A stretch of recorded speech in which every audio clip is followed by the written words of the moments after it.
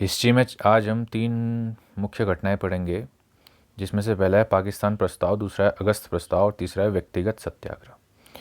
One by one तीनों को समझेंगे और तीनों को याद करने की कोशिश करना और इनका सीक्वेंस याद करने की कोशिश करना, स्पेशली कि पहले कौन हुआ था, उसके बाद कौन सा होता, इसकी क्या क्या टर्म्स एंड कंडीशंस थी, वो सारी भी याद करनी है। ठीक है, तो देखो सबसे पहला था पाकिस्तान रेजोल्यूशन। जो पाकिस्तान प्रस्ताव है, इसको पाकिस्तान प्रस्ताव क्यों कहते हैं, इसको समझते हैं सबसे पहले। देखो ये जो आपका, जैसे आपकी कांग्रेस पार्टी है, उसका अधिवेशन होता है दिसंबर में, हर साल होता है ना, होता था, अभी भी होता है। तो उसी प्रकार जो आपकी मुस्लिम लीग थी, उसका अधिवेशन भी वार्षिक अधिवेशन होता था। तो जो 1940 में है, मार्च 1940 में जो मुस्लिम लीग का अधिवेशन है वो लाहौर में हुआ। ठीक है, 23 मार्च 1940 को मुस्लिम लीग का अधिवेशन लाहौर में हुआ और इस अधिवेशन में उन्होंने एक प्रस्ताव पारित किया। ठीक है ना, इस प्रस्ताव में क्या लिखा था, इन्होंने लिखा था कि भारत के उत्तर पश्चिमी और पूर्वी प्रदेशों को मिलाकर एक स्वतंत्र राज्य बना दिया जाए।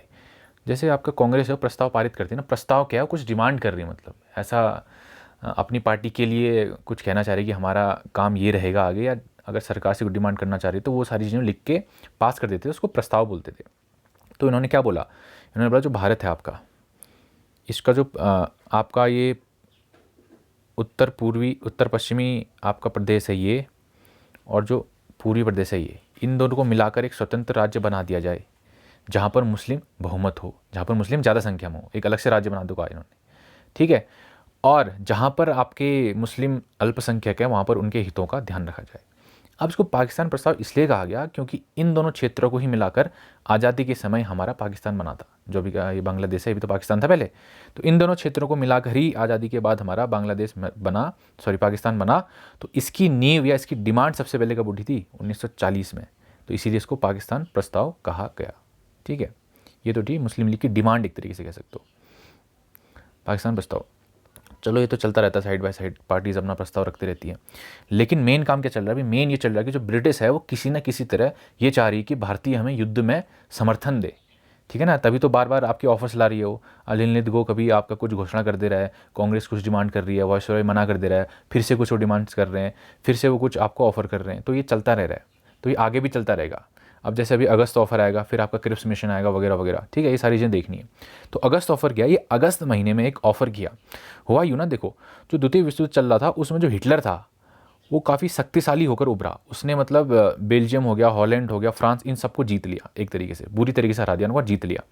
तो कहीं ना कहीं आपका जो इंग्लैंड है उसको घबराहट होगी, भैया हमें जो है भारतीयों का सहयोग इस युद्ध में चाहिए ही चाहिए।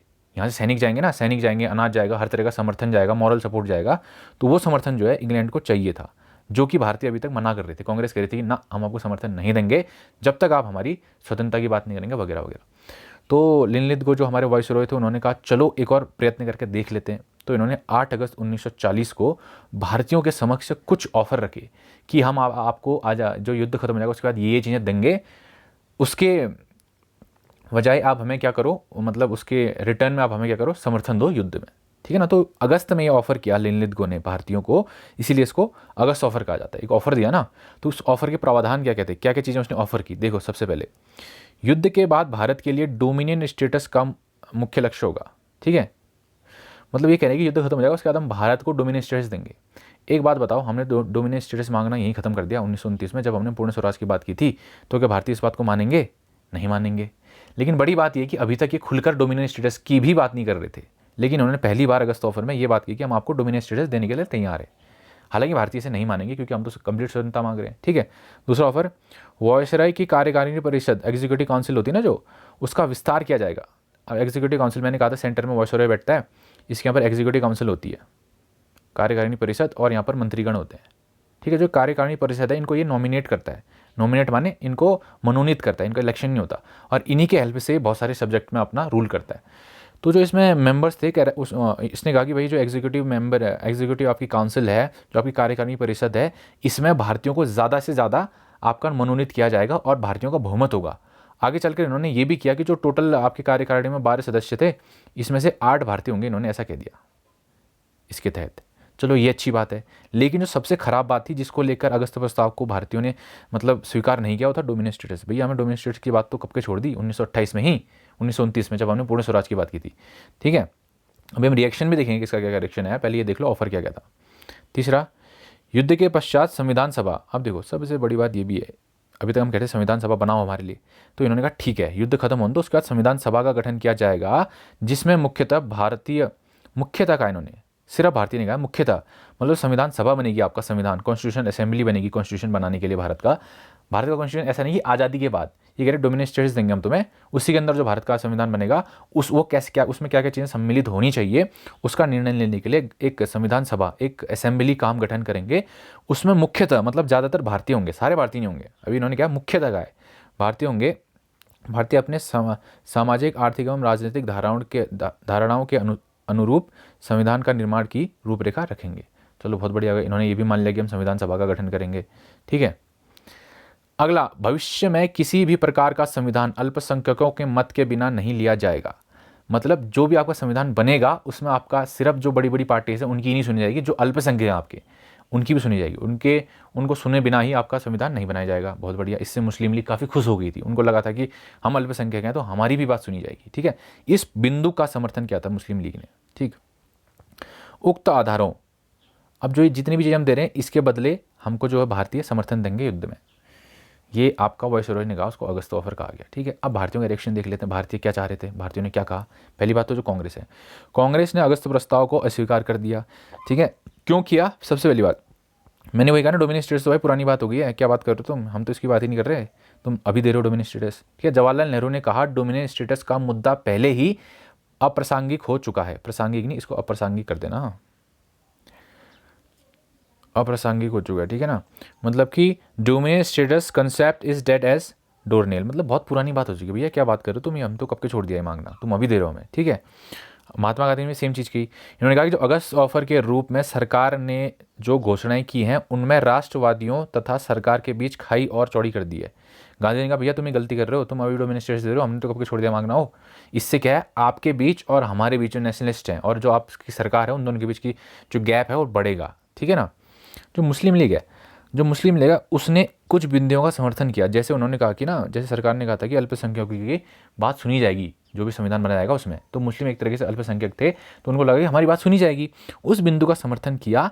लेकिन जो अगस्त ऑफर था उसमें कहीं भी आपका अलग से एक राज्य बनाने की जिसमें मुस्लिम बहुमत हो, जैसे पाकिस्तान की मांग की थी ना उन्होंने 1940 में, उस चीज़ की बात नहीं की गई थी। तो ओवरऑल इन्होंने भी अगस्त ऑफर को रिजेक्ट कर दिया, मुस्लिम लीग ने भी, ठीक है। अब इवेल्युएशन करते हैं कि क्या इससे भारतीयों को हासिल हुआ, मूल्यांकन करते हैं एक तरीके से। देखो, पहली बार भारतीयों द्वारा स्वयं संविधान निर्माण करने के तर्क को मान्यता दी गई। पहली बार इन्होंने माना कि ठीक है भारतीय लोग ही जो संविधान बनेगा उसमें भारतीय भी शामिल होंगे बनाने के लिए, कहा ना एक संविधान सभा बनेगी जिसमें मुख्यतः भारतीय होंगे, तो उसको पहली बार एक तरीके से अंग्रेज़ों ने भी माना, तथा कांग्रेस की संविधान सभा गठन करने की मांग को स्वीकार कर लिया गया। जो कांग्रेस बोली थी कि संविधान सभा गठन करो संविधान सभा का, तो उसको स्वीकार कर लिया गया, बहुत बढ़िया बात। अगला, डोमिनियन स्टेटस के मुद्दे को भी स्पष्ट रूप से स्वीकार किया गया। हालांकि जो है पुराना मुद्दा हो गया था, बहुत पहले मांगा था हमने, लेकिन अभी तक अंग्रेजों ने एक भी बार इसको माना नहीं था कि हम आपको डोमिनियन स्टेटस देंगे साफ तौर पर, ठीक है ना। तो पहली बार था कि स्पष्ट तौर पर उन्होंने कहा था कि हम भारतीयों को युद्ध के बाद डोमिनियन स्टेटस देंगे, बहुत बढ़िया। जुलाई 1941 में वायसरॉय की कार्यकारिणी परिषद, जो मैंने कहा था एग्जीक्यूटिव काउंसिल है, उसका विस्तार कर दिया गया। मैंने कहा ना 12 मेंबर थे, उसमें से 8 को भारतीय बना दिया, मतलब भारतीयों की तरीके से एक तरीके से बहुमत दे दिया। 12 टोटल मेंबर हैं, उसमें से 8 तो भारतीय हैं और जो बाकी हैं वो हैं आपके अंग्रेज, ठीक है। तो कहीं ना कहीं जो अगस्त ऑफर है उसको हमने रिजेक्ट कर दिया, ठीक है। अब देखो उसके बाद क्या होता है, अब गांधी जी को ये लगा कि भैया ये तो हमारी बात मान नहीं रहे अच्छे से, तो गांधी जी ने पहले भी कहा था, जब सुभाष चंद्र बोस की बात आई थी 1939 में, त्रिपुरा और वाली संकट हुआ था ना, मैंने बताया था इससे पहले वाली वीडियो में, तो उनका ये मानना था कि अभी जो है बड़े स्तर पर आपका आंदोलन करने के लिए ना तो कांग्रेस रेडी है, ना आपका जन सामान्य रेडी है, जो आपकी कॉमन पीपल है वो भी रेडी नहीं है। तो उन्होंने एक नया तरीका निकाला, इन्होंने तरीका निकाला कि भैया हम विरोध करेंगे लेकिन इतने बड़े स्केल पे नहीं, इंडिविजुअली विरोध करेंगे, मतलब व्यक्तिगत तरीके से हम विरोध करेंगे। अब जो सत्याग्रह है ना, सत्याग्रह जो आपका मतलब आपको आंदोलन करना है, ये करना है, इंडिविजुअल तौर पर होगा, हम समूह में कहीं बैठेंगे नहीं, प्रदर्शन नहीं करेंगे, एक अकेला आदमी हर क्षेत्र में अलग अलग क्षेत्र में ये प्रदर्शन करेगा, अपना जो भी सत्याग्रह करना वो करेगा, लोगों को जागरूक करेगा। लोगों को किस बात के लिए जागरूक करेगा, इस बात के लिए जागरूक करेगा कि भैया जो आपका अंग्रेज हमारा समर्थन मांग रहे हैं युद्ध में, उस युद्ध में हमारा समर्थन करना गलत होगा। ये ऐसी अवेयरनेस फैलाएगा लोगों के बीच, हर क्षेत्र में एक एक इंडिविजुअल आदमी, उसको इंडिविजुअल सत्याग्रह कहा गया। व्यक्तिगत सत्याग्रह कहा गया, ठीक है ना। अब जो गांधी जी द्वारा जो ये व्यक्तिगत सत्याग्रह प्रारंभ करने का मुख्य लक्ष्य, उन्होंने ऐसा क्यों किया, मतलब उनको क्या लगा कि हमें व्यक्तिगत सत्याग्रह, ये इंडिविजुअल आदमी को एक जगह पर सत्याग्रह करवाना चाहिए, अलग अलग जगह पे, ठीक है ना, ऐसा क्यों लगा, उसके पीछे का उद्देश्य क्या था, वो देख लेते हैं।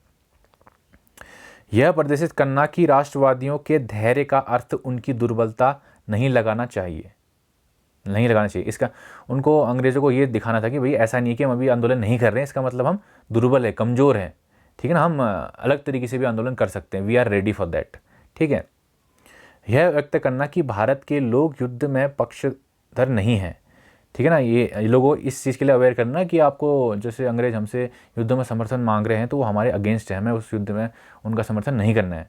तो कहीं ना कहीं जो आपकी सरकार है, जो आपके अंग्रेज हैं, उनको भी ये बताना कि भैया हम युद्ध के लिए इंटरेस्टेड नहीं हैं, आप अपना जो करना है करो, ठीक है। कांग्रेस की मांगों को शांतिपूर्ण स्वीकार करने के लिए सरकार को एक और मौका देना। हाँ, एक बड़ा आंदोलन जो अभी आपका क्विट इंडिया मूवमेंट है, भारत छोड़ो आंदोलन शुरू होगा आपका 1942 में, उससे पहले गांधी जी ने ये डिसाइड किया था कि चलो ठीक है, अंग्रेज जो भी हैं इनको एक और मौका दिया जाए, तब तक हम आपका व्यक्तिगत सत्याग्रह करेंगे, इतने बड़े स्केल पे कोई आंदोलन नहीं करेंगे, इनको एक और मौका दिया जाए कि हमारी बात मान लें। हालांकि ये बात नहीं मानेंगे। इसके बाद आपका क्रिप्स मिशन आएगा, जैसे अभी आपका अगस्त ऑफर है ना, इसके बाद क्रिप्स मिशन आएगा, क्रिप्स प्रस्ताव आएगा, उसमें जो भी चीज़ें बातें कही गई होंगी उनको भी भारतीय रिजेक्ट कर देंगे। देन आपको शुरू होगा क्विट इंडिया मूवमेंट या भारत छोड़ो आंदोलन, क्योंकि उसके बाद जो राष्ट्रवादी नेता हैं उनको लग जाएगा कि भैया अब तो ये बार बार वही डोमिनेट स्टेटस की रट लगा रखी इन्होंने, कुछ बाकी तो हमें दे नहीं रही है, अब हमें कोई बड़ा आंदोलन ही करना पड़ेगा, इसीलिए भारत छोड़ो आंदोलन शुरू होगा, ठीक है। इसके बाद वाली वीडियो में आएगा जो मैं आपका बोल रहा हूँ, क्रिप्स मिशन वगैरह, ठीक। इसके अलावा जो आपके सत्याग्रही होंगे, सत्याग्रहियों की मांग यह होगी, जो सत्याग्रह करेंगे इंडिविजुअल सत्याग्रह, सत्याग्रहियों की मांग यह होगी कि युद्ध एवं युद्ध में भाग लेने के खिलाफ प्रचार करने के लिए अभिव्यक्ति की स्वतंत्रता होनी चाहिए। अब जैसे देखो, ये लोग इंडिविजुअल सत्याग्रह कर रहे थे ना, व्यक्तिगत सत्याग्रह कर रहे थे, इससे पहले जो है जो आपकी ब्रिटिश सरकार है उन्होंने बहुत सारे सैंक्शन लगा दिए थे। सैंक्शन माने एक तरीके से बाधाएं लगा दी थी, बहुत सारे रूल्स एंड रेगुलेशंस लेके आए थे ये, कि आप ऐसा नहीं बोल सकते, लोगों को ऐसे तरीके से नहीं भड़का सकते, पर आपका जो मीडिया है एक तरीके से उस समय की जो आपकी थी, उसमें भी बहुत सारी पाबंदियां लगा दी गई थी। तो सत्याग्रह जो थे, ये व्यक्तिगत सत्याग्रह, इनकी मांग ये थी कि अगर हम लोगों को युद्ध में भाग न लेने के खिलाफ जागरूक कर रहे हैं तो आप उससे हमें नहीं रोकेंगे, ऐसा उनकी डिमांड थी, ठीक है।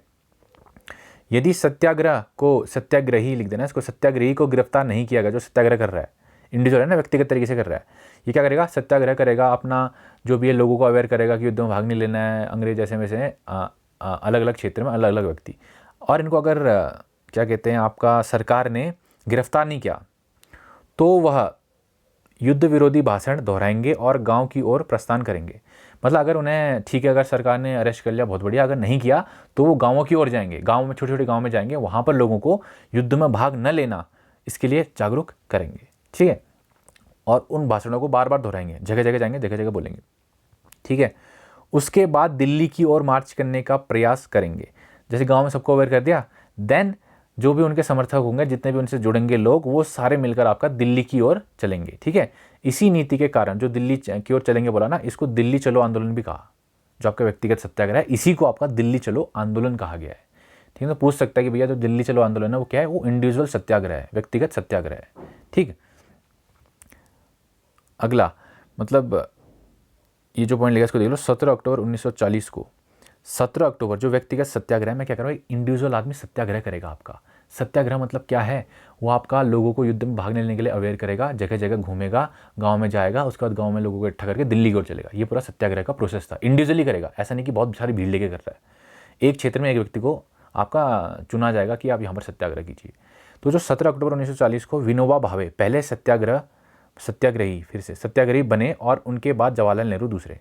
पहले सत्याग्रही कौन बने, आपका इंडिविजुअल सत्याग्रही पूछ लेगा, वो है विनोबा भावे, दूसरे जवाहरलाल नेहरू।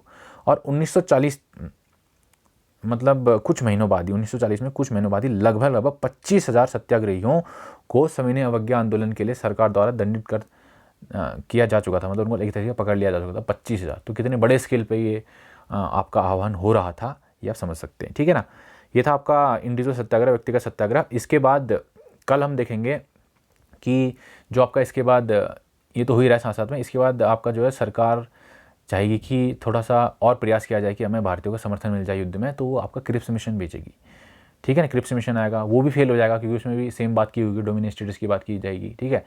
देन आपका आपका भारत छोड़ो आंदोलन होगा, क्विट इंडिया मूवमेंट होगा, करो या मरो का नारा दिया जाएगा वगैरह वगैरह, वो सारी चीज़ें आपकी अगली वीडियो में आएंगी, ठीक।